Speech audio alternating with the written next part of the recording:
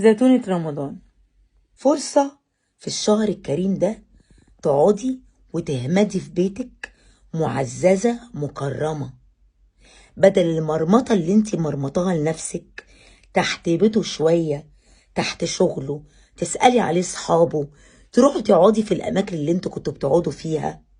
كفاية بقى، كفاية مرمطة لكرامتك. من مواصفات الست الكرامة، العزة.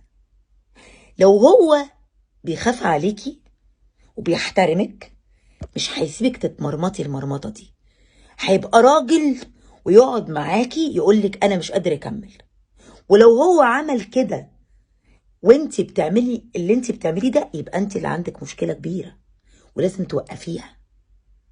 لو ربنا مش كاتبهولك لما تتنططي قرد وتقفي على مناخيرك مش هيجي بكل اللي انتي بتعمليه ده. انا عندي تقعدي تمرمغي نفسك كده على بلاط بيتكم اكرم لك 100 مرة من اللي انتي بتعمليه في نفسك ده. الجائي ربنا وادعي له، لو في خير يا رب قربه، لو ما فيهوش خير ابعدوا عني وارضيني، ارضيني بقضائك يا رب واكتب لي الخير، اختار لي ولا تخيرني.